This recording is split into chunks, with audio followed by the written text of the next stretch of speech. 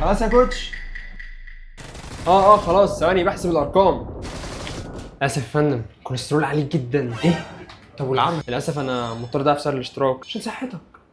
مش مشكله طالما عشان صحتي. ايه ده نسبة الدهون فوق ال 90%. ليه؟ لا يا فندم كده مش هينفع، انت لازم تسيب لي الفيزا اسحب منها كل الفلوس براحتي عشان صحتك. عشان صحتي. ايه ده يا فندم؟ نسبة الاملاح عالية جدا، ده كده حضرتك هتخلل مننا. املاح؟ لا حضرتك محتاج تمضي لي على الاوراق دي. ده تنازل عن العربية، تنازل عن الشقة، تنازل عن المدام والاولاد. انا حقيقي فخور يا فندم بيك جدا انك تهتم بصحتك، بس للاسف نسبة العضلات عندك قليلة جدا. تاخد اللي بس. خد الورقة دي، تنزل تحت في الريسبشن تقول لهم عايز ابيع كليتي واشترك فوق مع الكوتش. شرفتنا يا فندم. كوتش انت ممكن تطبع لي الام بودي؟ ثواني اخلص الجيم، فاضل فيه. I will kill you, but I don't have to save you.